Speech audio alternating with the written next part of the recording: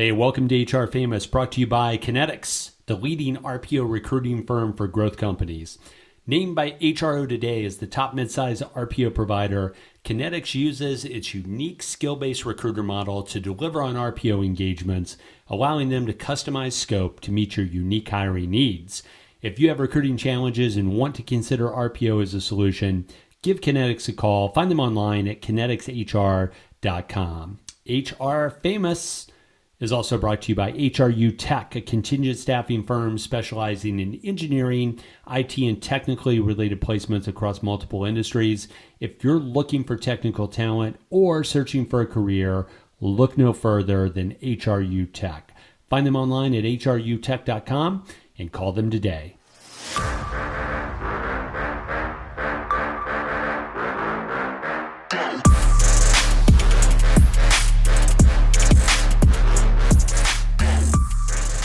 Hey, welcome to HR Famous. I'm Kris Dunn, CHRO with Kinetics based out of Atlanta.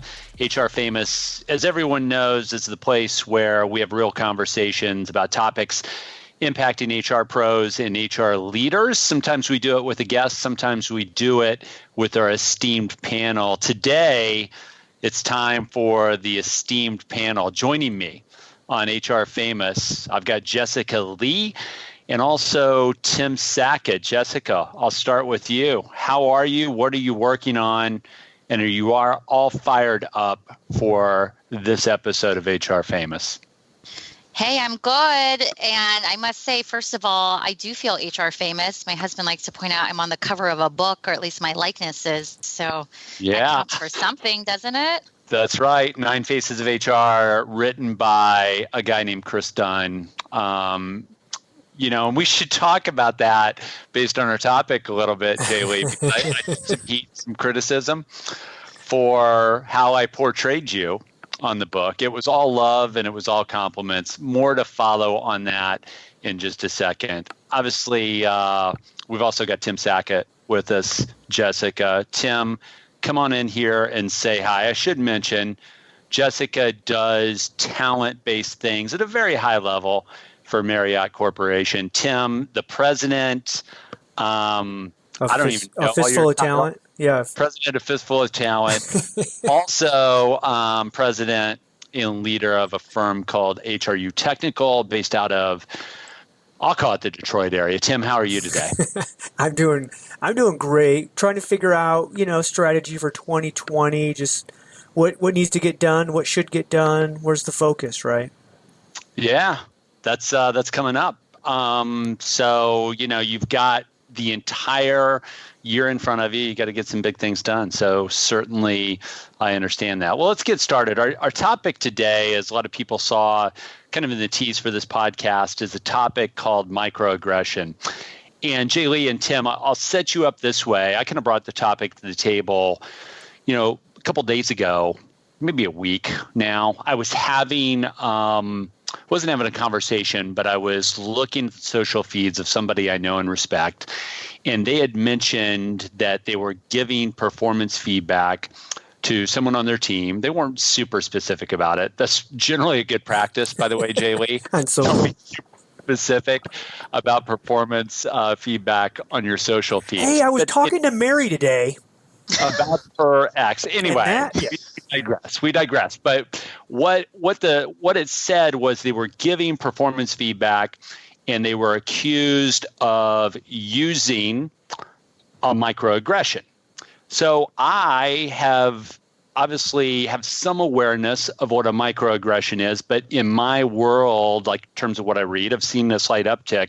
So I decided to go out and do a little research, and I brought it to the powers that be here at HR Famous, and we decided to do a podcast on it. So JLee and Tim, I'm going to throw it to you in a second. What I want to do is I want to read the definition of microaggression from Wikipedia.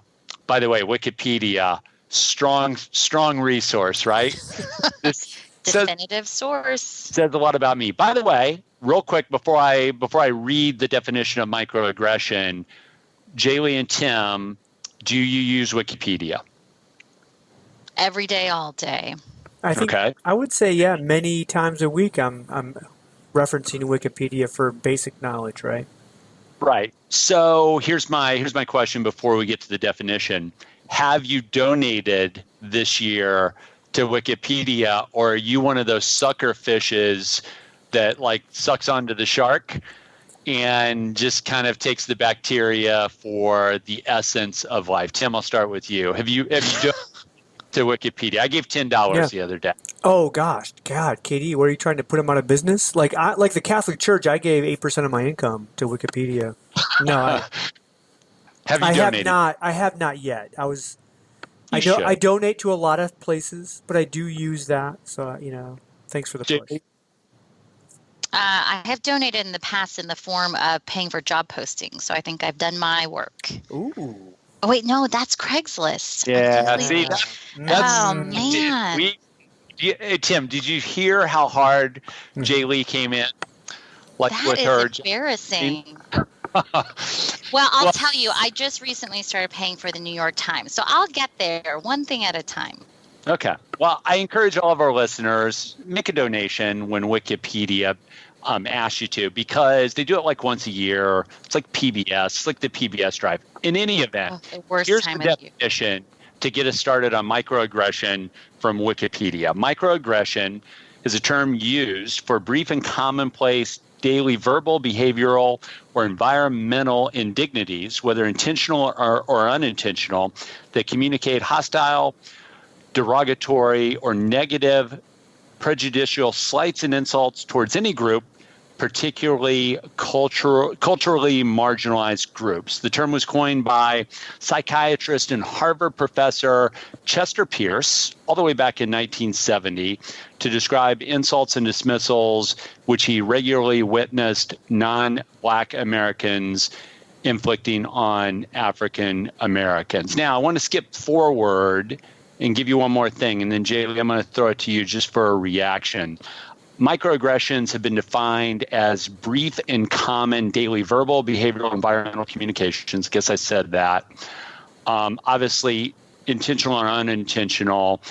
Although the communications typically appear harmless to observers, they're considered a form of covert racism and everyday discrimination. So microaggressions, that's your definition. We got like a lot of stuff to talk about related to this. JLee, just like give us your thoughts about microaggressions and how they kind of manifest, what you see like in your daily life as a professional, personally, like what do you see? Well, I definitely have been subjected to microaggressions. I think I have dealt them out as well. And the thing that's interesting for me is that I think that like the idea of microaggressions has become more prevalent in the past few years. And like, if we're being honest, I think in the past, I probably didn't even realize that I was receiving or microaggressions were being directed towards me. And so it's just interesting. It's like we are now much more aware, and so I think it's on our consciousness, but I'm actually struggling with knowing when it really is, what to do with it, if it's intentional or not. But, now that I have become smarter to the topic, like I know that I've received them, but I think, what to do with them is still like a question. Hey, JLee, give us an example kind of from your past.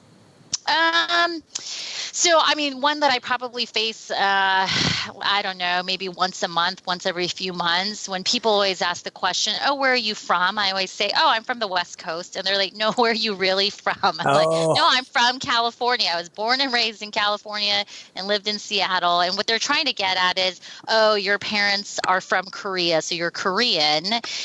So that's definitely one that like I get all the time. And, probably up until a few years ago, I would have said that's just annoying. I don't know. I would have labeled it a microaggression, or I would have chalked it up to, this person maybe just is a little ignorant or something. Hey, JLee, when you hear that, is there another way that someone can ask it where it's not a microaggression in your eyes? I mean, it's funny. Like sometimes people have said, "What's your cultural heritage?" And maybe that's Sounds a little formal. better. Yeah, it is so formal, and so I'm probably forgiving of a micro aggression like that. I'll give you a more explicit one though. I was in a conversation a while ago, and I don't know if they just forgot I was there or they didn't notice like I was really paying attention, but they made a comment around like, "Oh, she's Asian, she's good at math," and I was like, oh, wow. Like that's a little bit of a microaggression. So things like that. Yeah. Like I definitely get them. Got it. Tim, you asked the question of JLee, like, where do you see this come in your own life?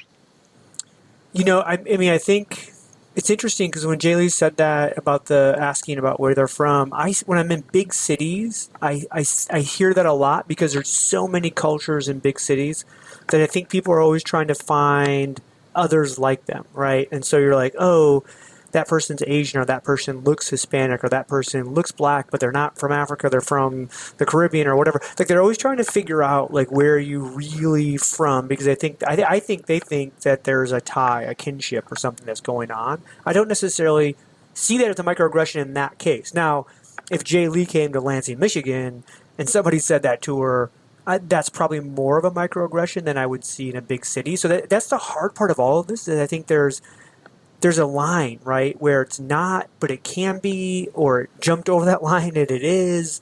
And I always think these examples taken out of context are really difficult to determine. Is that really a microaggression or not?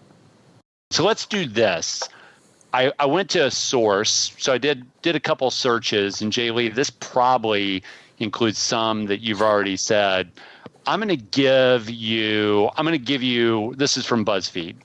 I'm going to read you some microaggressions that were listed in an article on BuzzFeed. And you guys just jump in. We won't go in order. I want you to tell me, yeah, that's a microaggression.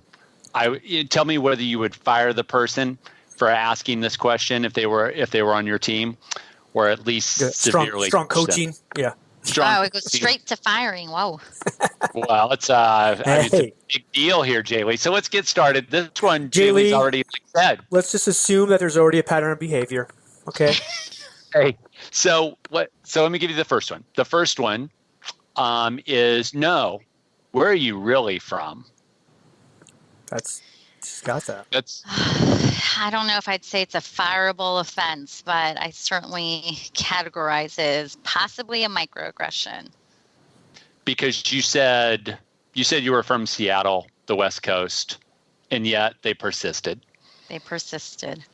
Got it. Tim?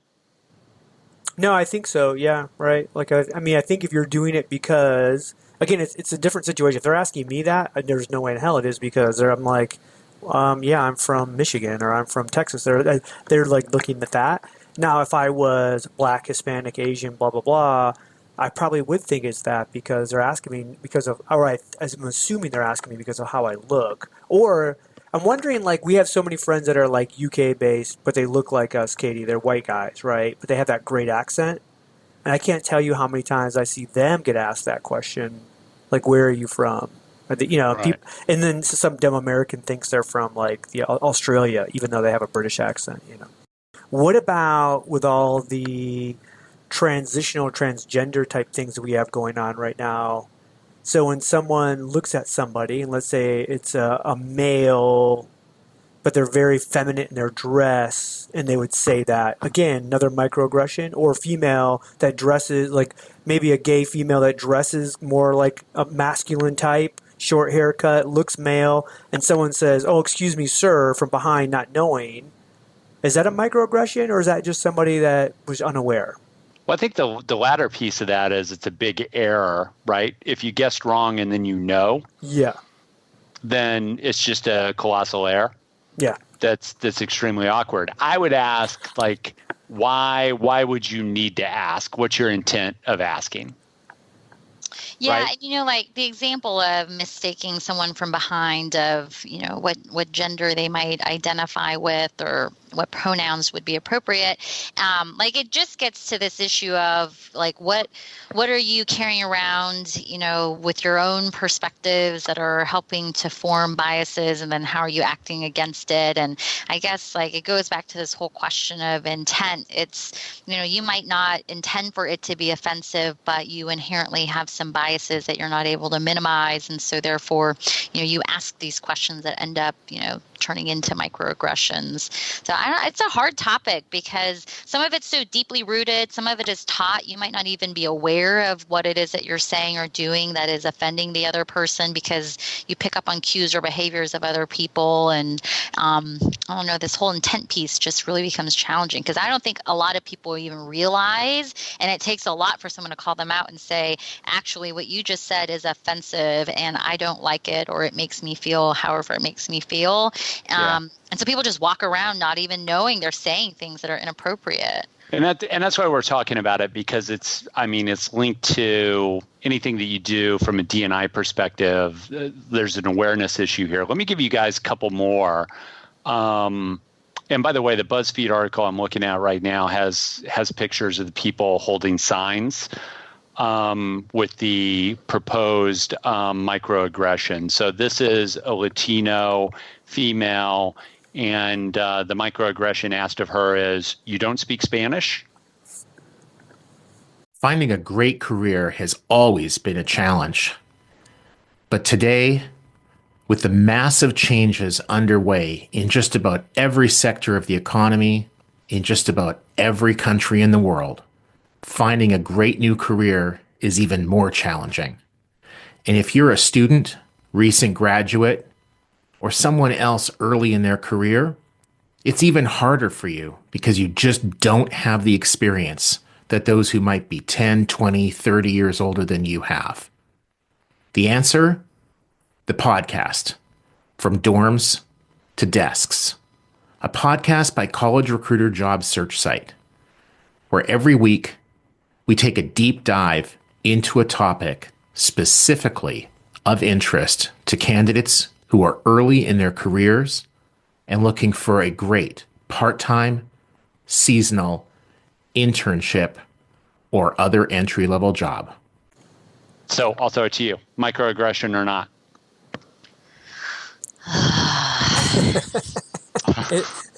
Yes. Probably yes. I mean, for some of these, it's in the eye of the beholder, though, right? Like, well, JLee, this exact same question would be me asking you, you don't speak Korean? And you're like, no, I was born in California. Like, My response would be, what are you, like, with my in-laws now? Are they on my case for not being Korean enough? What's happening? Okay, let's keep going.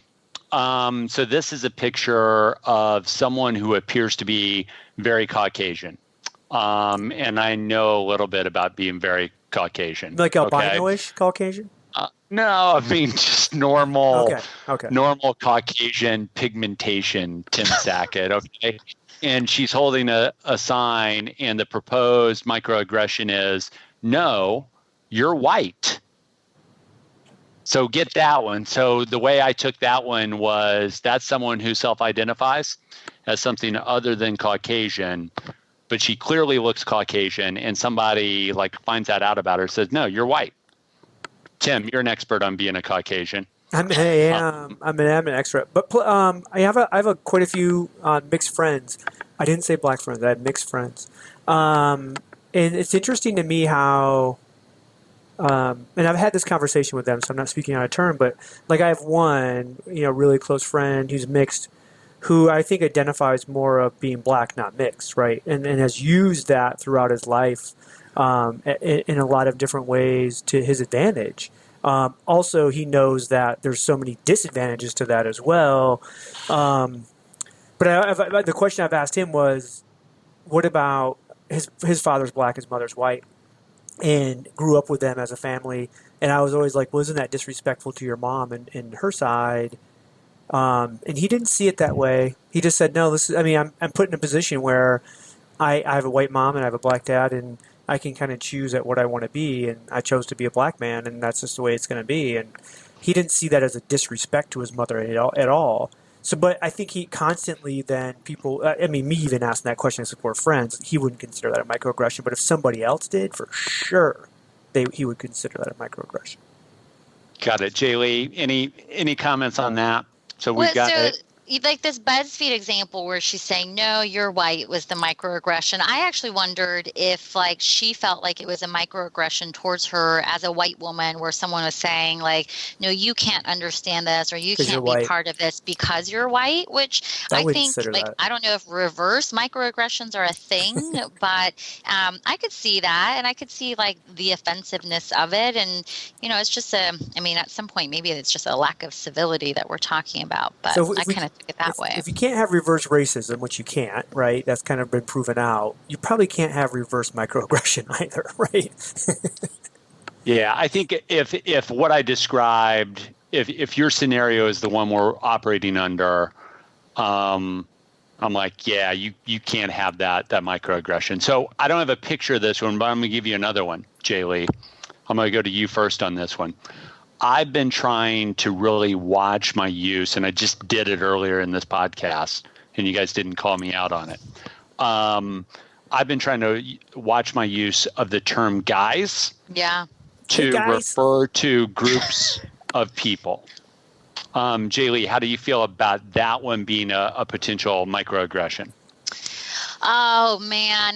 I mean, well, see, and look, I just said, man. Oh, yeah, man. You just did it. Like, it is so part of the vernacular and the way that we speak that, I mean, I know your intent is not to be, to exclude me or to not recognize the gender I affiliate with or my pronouns. And so, I mean, it goes back to this whole intent discussion, but I don't know. For me, that's a little bit of a stretch as a microaggression, but I'm not part of a group necessarily that I feel like is being disenfranchised with that comment, but it's so hard. It's hard to break that. Tim, I tried to start watching my use because I had read things of, obviously like females not liking the use of that word, but I got to tell you, like around our company, and I think we're a pretty good microcosm of life in Atlanta, around our company, like I've tried to restrict my use of it. I've done better, but like we have a lot of great, strong, professional females. They use it a lot more than I do. So I don't know, Tim, guys as a microaggression, that's the last one we'll do and we'll move on. What do you think?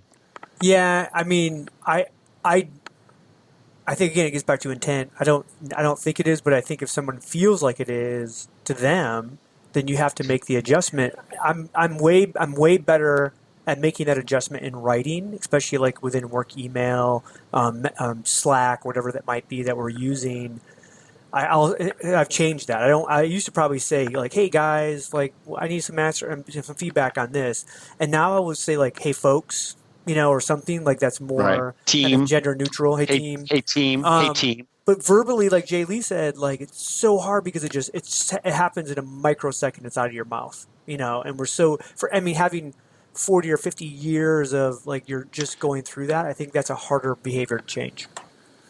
So JLee, what do you do if you're an HR leader, big company, small company, and you're responsible for helping your organization just really think about these things, and in a big company like Marriott, you've got a lot of specialists, so you might not be directly involved in this, but small to medium-sized companies, there's an HR leader, a director of HR that's responsible. What do you do just with the concept of microaggressions? How do you start the conversation inside your company? Any thoughts? Yeah, I mean, I do think it all starts with conversations around and education around bias. What is bias? Why do we have it? And I don't believe that it's possible for anyone to completely eradicate themselves of biases. It's really more a matter of being aware, trying to minimize it, and then I think it's a muscle that you have to learn to flex. And I think when you start with bias, it gives you the ability to start addressing microaggressions, broader aggressions, straight out racism and discrimination. And I think it's important, like, for me, like I don't sit in the D&I my function. I'm in a specialized HR function, but a lot of what I do is around the service that is delivered in our hotels. And we actually have spent a lot of time this year focused on the topic of bias because, the snap judgments that people make, about our guests, who's approaching the check-in desk and the questions that you're asking them because you're making assumptions, like that's a huge area of focus for us. And we have started with bias as the starting point. But we're really, honest about this idea that you can't eliminate it completely. And the biggest thing is just simply surfacing it. And I think there's a huge responsibility of people who are on the receiving end to do some awareness and education also and call it out when they experience it if they can. Not everyone feels comfortable, but I'm truly of the belief that some people don't even realize what they're doing and they're never going to know unless you call it out. And so particularly if you're in a position of power, or for myself, I'm a little bit more seasoned and senior, I make an effort to tell people when things are, off mark and they're saying things that they might not even realize are unintentionally off-putting or microaggressions. And what I find is a lot of people don't even realize that they are mortified and they have been operating for years and years, not even knowing that they're doing these things. So starting with bias, being aware, calling things out. And in a lot of ways, for me, it goes back to just basics of civility, where I feel if we can really focus on something that's more common around civility, then I think you can start to make some strides. And that for me is also less intimidating as we're going to talk about microaggressions today. JLee, I think you're right real quick. Katie, I want to respond because I think one of the most difficult pieces of that she said was that person that feels like they're having a microaggression against them actually coming forward. I think the other really, really critical piece to every company is to coach those people receiving that feedback. So if JLee came to me and said, "Hey, I feel this is a microaggression," I'm going to be defensive. I'm going to feel embarrassed, but at the same time, I should be thanking her for letting me be aware because it's going to make me better in my career as a leader, as all those things. But if we don't coach our people on how to react to that, that always goes bad. There's so few times when I've been approached by somebody that felt like they were being a microaggression and I felt attacked. And then I feel defensive. And then I feel like that relationship deteriorates versus the opposite side, which is, oh my gosh, I'm so sorry that I did that to you. And thank you for letting me understand that, learn that, blah, blah, blah. I think that's another critical piece that we just don't coach.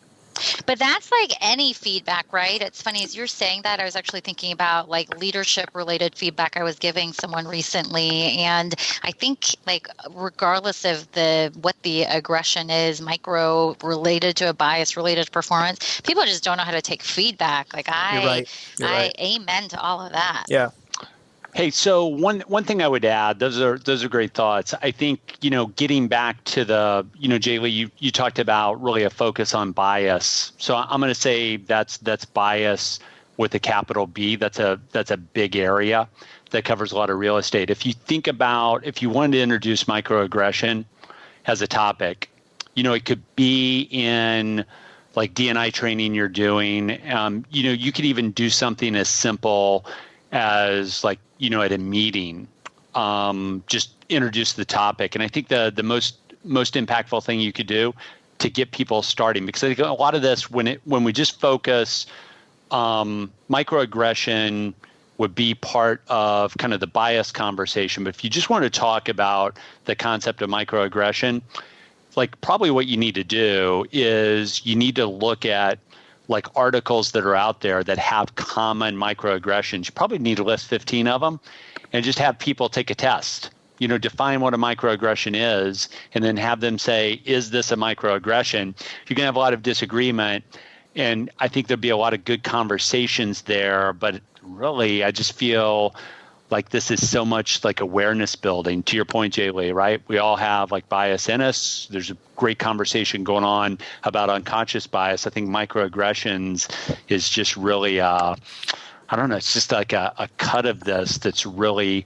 hard to get at. Tim, I'm going to close with you, and JLee, you can jump in on this as well. Tim, if you did what I just described, which, hey, we've got a operations meeting. I'm an HR leader. Hey, guess what, Tim? I'm going to break out the old microaggression training package. So I'm going to like write down a bunch of things off BuzzFeed, and I'm going to have people just comment whether they think it's a microaggression or not. What objections, Tim, in a normal company, would you expect to doing any type of focus on microaggression just as part of training and awareness? That doesn't actually happen. Like that's what that's the objection, right? Is like that's because those examples seem so far fetched. It's almost like when you do the traditional sexual harassment training, you see the really creepy guy coming onto the girl, and you're like, I've never seen that ever in a workplace setting. But then you hear the investigations and the stories, and you go, oh crap, that stuff does happen. For me, the better way to do that is to actually have those individuals in your company that have experienced microaggressions to come forward and share those stories, and then talk about intent versus whatever. Why did they see that one as a microaggression, but they wouldn't see that same thing being said in another area not as a microaggression? Because I think those experiences are what the employees will actually remember. I think there would be that objection. I think what you want to do is you just like, I think I like your idea of bringing somebody in. I think that's a little bit kind of in your face, and I think people might be more reserved. Like if you had a team of leaders, I would probably, I don't know, I just want to list a bunch of them. By the way, one we didn't get to, which I've heard in the past, which is a bullet, and it's a tough microaggression, is if I told somebody that they were really articulate. Oh yeah. Which means that and by the way, I think there's people like with good intent that have said that, but when you hear it come out, you're just like, so you didn't have the expectation that was going to happen. And that's crazy. That's all right, closing thoughts. JLee, any closing thoughts on the topic of microaggression?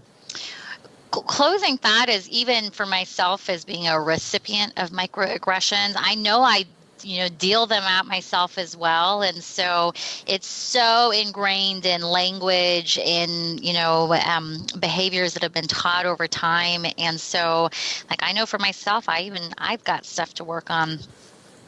Yeah. Tim, any closing thoughts? Yeah, I still think the one that there's still microaggressions out there that we fail to really realize or to want to believe. And I think the biggest one, and I made a joke about it to you, Katie, was the okay boomer thing, the ageism. We still we still believe it's okay to basically screw with old people. It's totally okay. Like old people don't have any rights. That's absolutely true. And I think that's one that we have to fix as HR pros and leaders. That just it's going to get more and more of an issue as we move forward in the current demographic of our workforce. So what you guys are saying is I should stop making fun of you for being older than me. I think it's daunting to me. I don't want to say it's a microaggression, JLee, but I think it's daunting to me the last time we talked when you said that you compared a photo of us. You ate faster than the rest of us. You said, Chris, you look a lot older. I think I look the same. That was just straight up aggressive. Wasn't even micro. That was like hard for me to hear. Hey, my closing thought, and it's more of a question. Go ahead, Tim. No, I said it was factual. Yeah. So my closing thought, it's more of a question, is I have a lot. So I feel like I have permission with JLee to do this, but JLee, I've called you because you're so performance oriented in your career, and I would invest in your kids because I know they're going to do great things in the world based on your leadership and your stewardship, which can easily be defined in culture as being a tiger mom. And lo and behold, as I researched microaggressions, guess what came up? Tiger mom. So, JLee, have you ever considered that to be a microaggression? And if my intent is good and you did not view it as that, do I still have permission to refer to you as a tiger mom with all the positivity that I mean by that. How do you feel about that?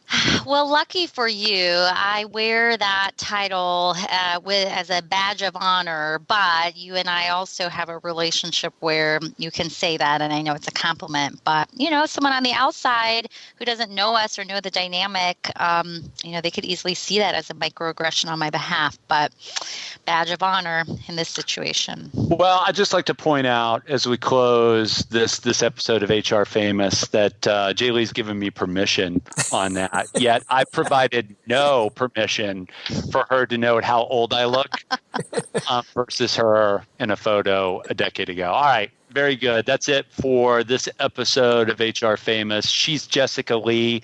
He's Tim Sackett. I'm Kris Dunn.